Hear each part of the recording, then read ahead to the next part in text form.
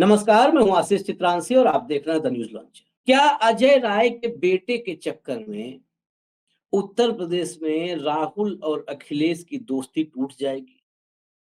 India गठबंधन छिन्न भिन्न हो जाएगा? क्योंकि परिवार की और विरासत की सियासत कांग्रेस पर कितनी भारी पड़ती आ रही है, इसका कोई एक उदाहरण नहीं है। हरियाणा का ताजा उदाहरण है, जिसका असर या कहें साइड इफेक्ट अब उत्तर प्रदेश में नजर आ रहा है। हरियाणा में भी हुड्डा जिस तरह कांग्रेस को अपनी मुट्ठी में कैद किए हुए थे, हरियाणा के सियासी हलकों से लेकर के और जमीन तक चर्चा थी कि भूपेंद्र सिंह हुड्डा इस बार दीपेंद्र को अपनी विरासत सौंपने की तैयारी में। यानी दीपेंद्र को भूपेंद्र जाएंगे तो दीपेंद्र आएंगे। खैर, ये बात रही हरियाणा की, लेकिन हरियाणा का साइड इफेक्ट उत्तर प्रदेश में कैसे पड़ा है गठबंधन पर, और ये गठबंधन कैसे खतरे में है, राहुल और अखिलेश इस खतरे से कैसे निपटते हैं या इस खतरे की भेंट चढ़ जाते हैं, ये देखना हो।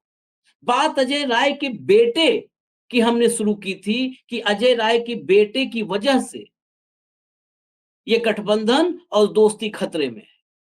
तो उसको समझने के लिए उत्तर प्रदेश के 10 विधानसभा सीटों के उपचुनाव पर नजर डालना।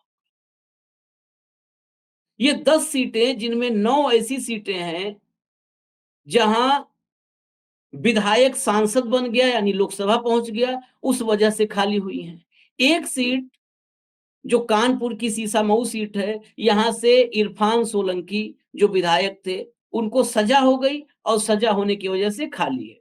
ये 10 सीटों के उपचुनाव इतने महत्वपूर्ण हैं कि इन 10 सीटों के उपचुनाव की तारीखों के ऐलान में भाजपा भी पसोपेश में है। पहले ये अंदाजा लगाया जा रहा था कि इन 10 सीटों के उपचुनाव का ऐलान हरियाणा के विधानसभा चुनाव के साथ होगा, लेकिन रुक गया।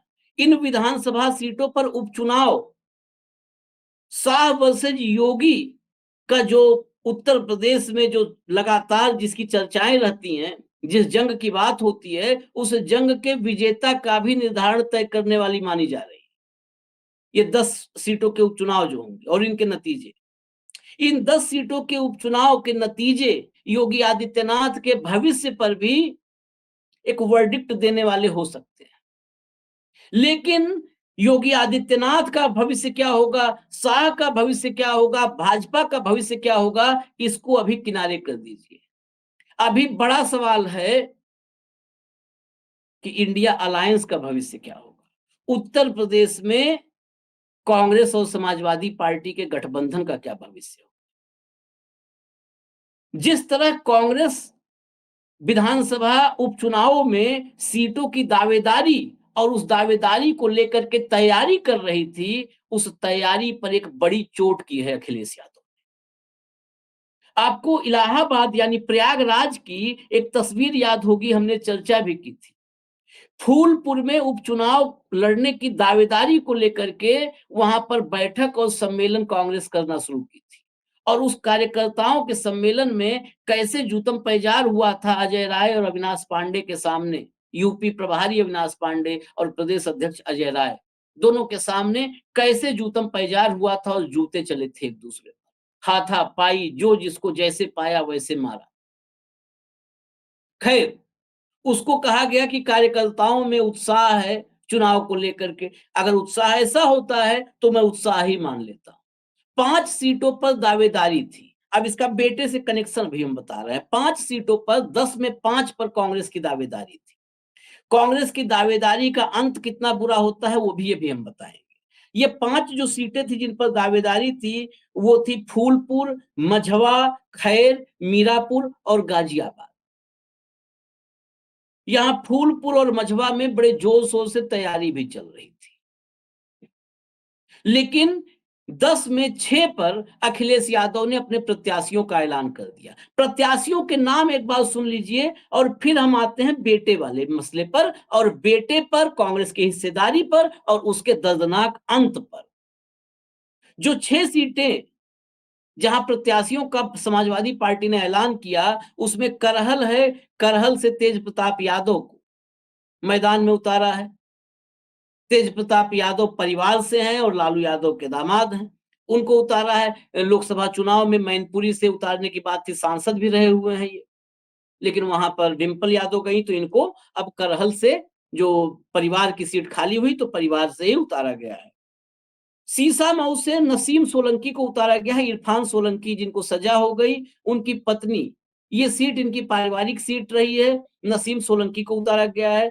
कटहरी से शोभावती वर्मा, लालजी वर्मा जो सांसद हो गए, कटहरी से विधायक थे, उनकी पत्नी है शोभावती वर्मा, 2 बार जिला पंचायत सदस्य रही हैं और जिला पंचायत अध्यक्ष भी रह चुकी हैं। मिल्कीपुर से अजीत प्रसाद, सबसे महत्वपूर्ण सीट जिस पर सबकी निगाहें हैं, और इस सीट की जिम्मेदारी खुद योगी आदित्यनाथ अपने हाथों में लिए हुए हैं और लगातार मिल्कीपुर का दौरा कर रहे हैं। मिल्कीपुर को तो बिल्कुल रौंद रखा है।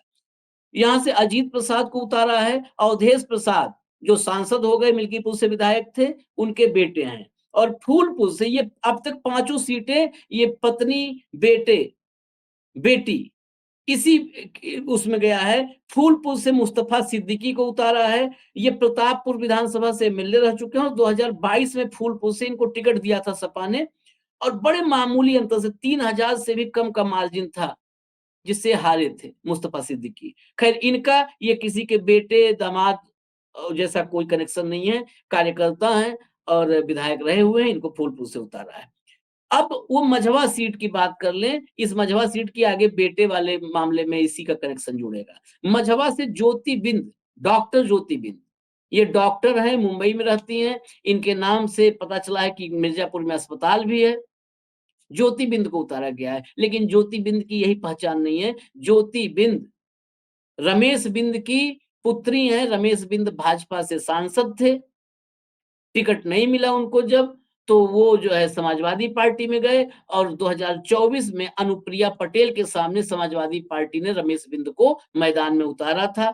मुकाबला कड़ा हुआ था, लेकिन अनुप्रिया पटेल से रमेश बिंद हार गए थे। अब रमेश बिंद की चर्चा थी, इस सीट पर टिकट दिया जाएगा, लेकिन रमेश बिंद के बजाय वहां से ज्योति बिंद को उतारा गया। यानी एक सीट सामान्य कार्यकर्ता मुस्तफा सिद्दीकी को है, बाकी सीटें जहां से जिसकी बेटी, पत्नी, जो जो अपना वहां पर बेटा उतार सकता था, उसको लाया गया है, परिवार से ही लाया गया है। ये बहुत अच्छी परंपरा इसको हम नहीं कहेंगे, लेकिन राजनीति में जब भाजपा जिस तरह से राजनीति कर रही है, अगर उससे निपटने में ये फॉर्मूला अखिलेश यादव का कामयाब होता है, तो फिर इसको ठीक ही माना जाएगा। अगर इसी फॉर्मूले से निपट पाते हैं, वो देखेंगे, क्योंकि भाजपा के कितने मुंह और कितने हथियार हैं, ये न कांग्रेस गिन पाई, न सपा गिन पाई। इसका नमूना ताजा हरियाणा में, जहां पर वहां की जनता भी अब तक फैसलों पर यकीन नहीं कर पा रही है। हमारी और आपकी बात तो छोड़ दीजिए, मेरे संपर्क में भाजपा के दर्जनों नेता हैं, वो भाजपा के नेता भी नहीं यकीन कर पा रहे हैं इन नतीजों पर। अब आते हैं फिर जहां से मैंने शुरू किया था, जिस पर महत्वपूर्ण, सबसे महत्वपूर्ण, की गठबंधन क्या टूट जाएगा और ये बेटे का क्या कनेक्शन। दरअसल अजय राय, जो ये मझवा सीट है जहां से ज्योति बिंद को उतारा है अखिलेश यादव ने मैदान में, रमेश बिंद की बेटी, इस मझवा सीट पर अजय राय अपने बेटे की पॉलिटिकल एंट्री करवाना चाहते थे, यहीं से सियासी सफर शुरू करवाना चाहते थे और मझवा से चुनाव मैदान में उतारना चाहते थे क्या है। अभी देखते हैं अंजाम क्या होगा और अंजाम गुलिस्ता क्या होगा। शांतनु राय, अजय राय के बेटे हैं शांतनु राय, एमबीए किए हुए हैं और अब तक अपने पिता के चुनावी कैंपेन और जो है चुनावी कार्यक्रमों में जुटे रहते थे। अब शांतनु को मझवा में उतारने की प्लानिंग इसलिए अजय राय ने की थी, उनका कहना है कि ये उनकी ननिहाल है, यहाँ पर राजनैतिक रूप से वो जुड़े हुए हैं और ये सीट उनके लिए बड़ी मुफीद थी। खैर, अजय राय को कांग्रेस ने बनारस से मौका दिया 2-2 बार। अजय राय ना अब तक संसद पहुंच पाए, न विधानसभा पहुंच पाए, लेकिन बेटे के लिए मुफीद मझवा को मान रहे थे। अजय राय का जब ये 6 सीटें डिक्लेयर हुई समाजवादी पार्टी की तरफ से, तो अजय राय का जो स्टेटमेंट एक मीडिया हाउस को जो उन्होंने स्टेटमेंट दिया, उसमें अजय राय ने कहा कि हमारी पार्टी ने 5 सीटों पर चुनाव लड़ने का फैसला किया है। पार्टी के शीर्ष नेतृत्व से हम बात करेंगे। आगे जो हमारा हाईकमान कहेगा, हम वही फैसला करेंगे। अब ये हाईकमान से बात तो करेंगे, लेकिन आपको एक बात और बता दें कि शांतनु को लेकर के, मझवा सीट पर उनको चुनाव लड़ाने को लेकर के, राज्य से लेकर के मतलब लखनऊ से लेके और दिल्ली तक जबरदस्त लॉबिंग में जुटे हुए थे अजय राय, जबरदस्त लॉबिंग कर रहे थे लगातार। लेकिन अब मामला कांग्रेस के पाले में नहीं रहा जब अखिलेश ने प्रत्याशी का ऐलान कर दिया। अब सवाल ये है कि क्या अजय राय के बेटे की पॉलिटिकल एंट्री के लिए कांग्रेस का हाईकमान अखिलेश यादव से दोस्ती तोड़ लेगा? इसमें कोई दो राय नहीं है कि हरियाणा की अप्रत्याशित हार के बाद कांग्रेस की बार्गेनिंग पावर इंडिया अलायंस में बहुत कम हुई है। अब महाराष्ट्र, अभी तो ये उपचुनाव है, महाराष्ट्र के विधानसभा चुनाव, जहां शिवसेना, यूबीटी यानी उद्धव बाला साहब ठाकरे और एनसीपी शरद चंद्र पवार, ये कांग्रेस को जहां अब घुटनों पर लाएंगे जब सीट बंटवारा होगा, क्योंकि अब तक लोकसभा चुनाव के परफॉर्मेंस के आधार पर कांग्रेस बढ़ चढ़ करके महाराष्ट्र में सीटें मांग रही थी। मोदी ने एक साथ चुनाव न करवा करके जो बड़ा डेंट दिया है, जिसका अब नतीजों के बाद हम आकलन कर सकते हैं, वो डेंट कांग्रेस को दिया है। एक साथ अगर चुनाव हुए होते तो लोकसभा चुनाव के परफॉर्मेंस के हिसाब से 3 महीना पहले के रिपोर्ट कार्ड के हिसाब से कांग्रेस महाराष्ट्र में ज्यादा सीटें मांगने की हकदार थी। लेकिन हरियाणा ने साबित कर दिया है कि जहां भी कांग्रेस और भाजपा में 1-to-1 फाइट होगी, जहां भी कांग्रेस के साथ कोई मजबूत साथी नहीं होगा, रीजनल फोर्स नहीं होगा, चाहे वो अखिलेश हो, चाहे तेजस्वी हो, चाहे हेमंत सोरेन हो, चाहे उद्धव ठाकरे हो, चाहे शरदचंद्र पवार हो, चाहे स्टालिन हो, वहां वहां कांग्रेस के मोहरे पिट जाएंगे। कांग्रेस वहां वहां जीती हुई बाजी हार जाएगी। जो संजय राउत ने कहा भी है कि जीती हुई बाजी हार जाना, इसमें तो कांग्रेस एक्सपर्ट है। ये हम पहले से कहते आ रहे हैं, संजय राउत ने आज कहा है। मध्य प्रदेश में भी यही हुआ था। जीती हुई बाजी, थाली में जीत रखी हुई थी, वो थाली परोस दी थी भाजपा को कांग्रेस ने। तो अब जो बार्गेनिंग पावर घटी है, इसको टाइमिंग को जोड़िए। जो 6 प्रत्याशियों के नाम कल जैसे ही हरियाणा के नतीजे आए और कांग्रेस की ये कला, जीती बाजी हारने वाली कला सिद्ध हो गई, साबित हो गई, अखिलेश ने फैसला कर लिया। हालांकि 2 सीटें अखिलेश यादव समाजवादी पार्टी, जो अंदर से खबर है, 2 सीटें देने के लिए तैयार है। एक तो गाजियाबाद सदर की सीट, जहां से अतुल गर्ग विधायक थे, सांसद हो गए, और दूसरी सीट जिसकी चर्चा है वो खैर। ये 2 सीट कुंदरकी और मीरापुर, यहाँ दोनों समाजवादी पार्टी प्रत्याशी उतारने की तैयारी कर चुकी है। खैर और गाजियाबाद देने के मूड में है। लेकिन जिस तरह कहा ना कि यहाँ पर बात जो है सीट की नहीं है, लोकसभा चुनाव याद करिए, 80 में 40 सीटें, ये अजय राय थे 80 में 80 लड़ जाएंगे, 80 में 80 पे हमारी तैयारी है। देखिए, ये सबसे बड़ी चीज है। ठीक है, राजनीति में आपको दावे करने चाहिए, आप बोलेंगे नहीं तो आपकी पार्टी रिचार्ज कैसे होगी? लेकिन पार्टी में रिचार्ज कौन होगा? कार्यकर्ता भी तो होना चाहिए रिचार्ज होने के लिए। कि खुद ही बोलना और खुद ही को रिचार्ज करना है, मतलब चार्जर खुद ही को लगाए रखना, और चार्ज क्या कर रहे हो भाई साहब, क्यों बोल रहे हैं? खुद को चार्ज कर रहा हूं। खुद को चार्ज करने के लिए नहीं होता ना आपके पास कार्यकर्ता। हरियाणा में सिर्फ हार की बहुत सारे वजहों की लोग पड़ताल कर रहे हैं, मैं भी कर रहा हूं। लेकिन जिस पॉइंट पर मेरा सबसे ज्यादा ध्यान केंद्रित है, जो ग्राउंड में जाकर के देखा था, जनता का उत्साह था। जनता हटाना चाहती थी, लेकिन उस उत्साह को मशीन तक, बटन दबवाने तक कन्वर्ट कर पाए कि नहीं कर पाए, ये कन्वर्जन सबसे बड़ी दिक्कत है। मैंने कांग्रेस को 2022 के विधानसभा चुनाव में देखा है और एक प्रत्याशी के साथ मैं पोलिंग के दिन बड़े करीब से देखा, जब बस्ता रखने वाला नहीं था बूथ पर। पूरी विधानसभा में 20 बस्ता रखने वाला कांग्रेस के पास नहीं था और 80 में 80 की बात कर रहे थे लोकसभा। 17 जो दिया वो भी अखिलेश यादव का, मैं आज की भी तारीख में कहता हूं कि बहुत बड़ा दिल था जो 17 सीटें दे दी कांग्रेस को। उतने की भी उसकी क्षमता नहीं थी, उसकी हैसियत नहीं थी, लेकिन अखिलेश ने दिया तो बड़ा दिल था। और 80, 60, 55, 40 करते करते 17 पर आ गए।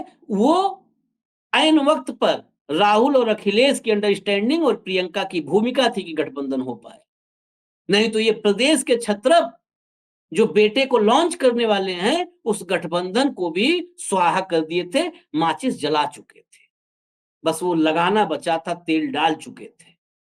ऐन वक्त पर राहुल और अखिलेश की बात और प्रियंका की जो वहां पर अहम भूमिका थी, उससे मामला रुक गया। और तब आज कांग्रेस के उत्तर प्रदेश से इतने सांसद लोकसभा में बैठ पाए हैं, वो अखिलेश की वजह से। अखिलेश ऐसा नहीं है कि अखिलेश की गलतियां, हम तो अखिलेश की गलतियों पर सबसे ज्यादा वीडियो बनाए होंगे, लेकिन उसमें अखिलेश यादव की महत्वपूर्ण भूमिका थी, नहीं तो ये स्वाहा किए थे। अब फिर 5, आप सोचो ना, आप कैसे 10 में 5 लेने के जो है हकदार हो, कैसे हो? आपके पास लॉजिक है? जिन 5 विधानसभा क्षेत्रों में, ये मैं समाजवादी पार्टी, अखिलेश यादव, कांग्रेस आपस में लड़े भिड़े कुछ भी करें, मैं दावे से कहता हूं जो 5 विधानसभा सीटें जिन पर दावा है, जितने बूथ हैं, बस्ता लेने वाला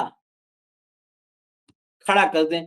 जैसे विधायकों की और सांसदों की परेड करवाई जाती है, उत्तर प्रदेश कांग्रेस खड़ा कर दे खाली बस्ता रखने वाला, और फिजिकली पोलिंग के दिन दिखा दे कि वो बस्ता लेके बैठे हैं। 500 रुपया बस्ता, ये सब पार्टियों में क्या क्या चलता है, बस्ता के साथ क्या देना पड़ता है, वो देने के बावजूद अगर वो बस्ता लिए घर न बैठे रहे तो कहना। ये है संगठन की हालत। दावा 10 में 10 लड़ेंगे, 8 लड़ेंगे, 5 लड़ेंगे। और ये 5 की लॉबिंग क्यों थी, यह भी बात आप समझिए। ये पता था कि 5 नहीं मिलेगी, 5 सीटें नहीं मिलेंगी, ये पता था कांग्रेस को, प्रदेश कांग्रेस को, अजय राय को, ये पता था 5 नहीं मिलेंगी। लेकिन 5 मांगेंगे तो जब निगोसिएशन होगा तो निगोसिएशन में मझबा वाली सीट मिल जाएगी, कोई और मिले चाहे न मिले। असली खेल ये है कि आप 5 मांगेंगे तो निगोसिएशन होगा। निगोसिएशन के लिए हाईकमान बोलेगा, क्योंकि हाईकमान ने, कांग्रेस के हाईकमान ने तो कांग्रेस का खुद ही सत्यानाश किया है फ्रेंचाइजी पे कि आप करिए।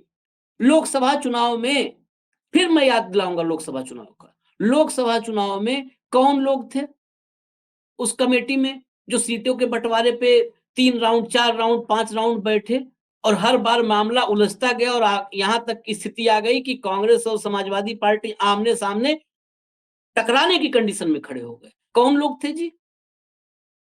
उधर से अखिलेश के लोग थे, लेकिन इधर से कौन थे? इधर से अजय राय थे, इधर से सलमान खुर्शीद थे, यही लोग थे। फ्रेंचाइजी पर दे दिया। आप बात करिए, आप क्या, जब फाइनल फैसला राहुल गांधी को ही करना है, जब वो गठबंधन, उस गठबंधन पर मुहर लगी राहुल की एंट्री के बाद और राहुल और अखिलेश की बातचीत के बाद, प्रियंका की एंट्री के बाद, तो फिर ये नीचे वाले बात क्यों करें? जब पता है कि नीचे वाले बात करेंगे तो बात बिगाड़ेंगे, वो बात बनाने के लिए बात करेंगे ही नहीं, तो फिर बातचीत क्यों? यही यहां पर थी कि पता था कि हाईकमान कहेगा कि आप बातचीत करिए, तो सपा से बातचीत शुरू होगी, 5 पर बातचीत होगी, तो करते करते 1-2 सीट पर जो फैसला होगा उसमें मझबा तो कम से कम मिल जाएगा। लेकिन अखिलेश यादव ने कर दिया ताला बंद।